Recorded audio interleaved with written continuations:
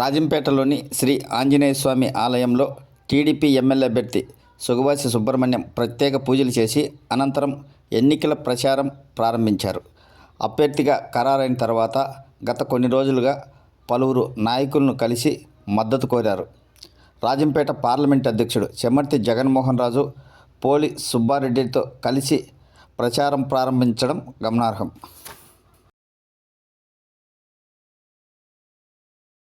రాబోయే ఎన్నికల్లో సైకిల్ గుర్తుకు ఓటేసి ఎమ్మెల్యే, ఎంపీ అభ్యర్థులను అత్యధిక మెజార్టీతో గెలిపించాలని ఎమ్మెల్యే అభ్యర్థి మండిపల్లి రాంప్రసాద్ రెడ్డి కోరారు. రాయచోటి నియోజకవర్గం సమ్మేపల్లి మండలం జంగంపల్లి గ్రామస్తులు ఏర్పాటు చేసిన ఆత్మీయ సమావేశంలో ఆయన పాల్గొన్నారు.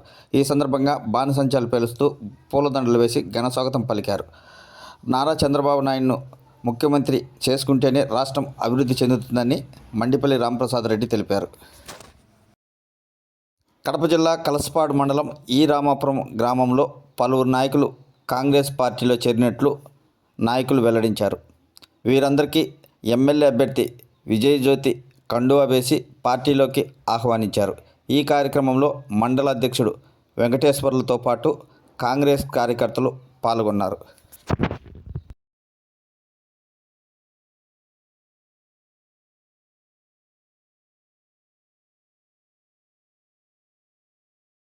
ఎన్నికలు ఎప్పుడు వచ్చినా వైసీపీని ఓడించడానికి ప్రజలు సిద్ధంగా ఉన్నారు. రాజంపేట నియోజకవర్గం అన్ని విధాల అభివృద్ధి చెందాలంటే టీడీపీతోనే సాధ్యమని పార్లమెంట్ అధ్యక్షుడు చెమర్తి జగన్మోహన్ రాజు తెలిపారు.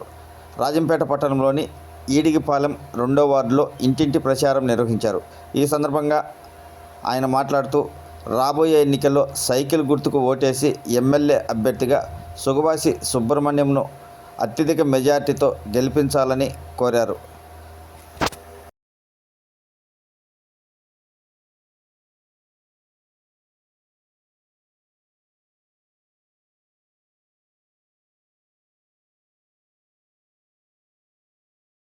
రాజంపేట నియోజకవర్గం నందలూరు మండలం లేబాక గ్రామంలో సంజీవరాయుడు మరియు ప్రసాద్ ఆధ్వర్యంలో పలువురు నాయకులు వైఎస్ఆర్ కాంగ్రెస్ పార్టీలో చేరారు. వీరందరికీ రాజంపేట ఎమ్మెల్యే అభ్యర్థి ఆకేపాటి అమర్నాథ్ రెడ్డి కండువా వేసి పార్టీలోకి ఆహ్వానించారు. రాబోయే ఎన్నికల్లో విజయానికి అందరం కలిసికట్టుగా కృషి చేస్తామని నూతనంగా చేరిన నాయకులు అమర్నాథ్ రెడ్డికి తెలిపారు. కడప జిల్లా పోరుమామిళ్ళ పెద్ద మసీదు 8 సంవత్సరాల చరిత్ర కలిగినది.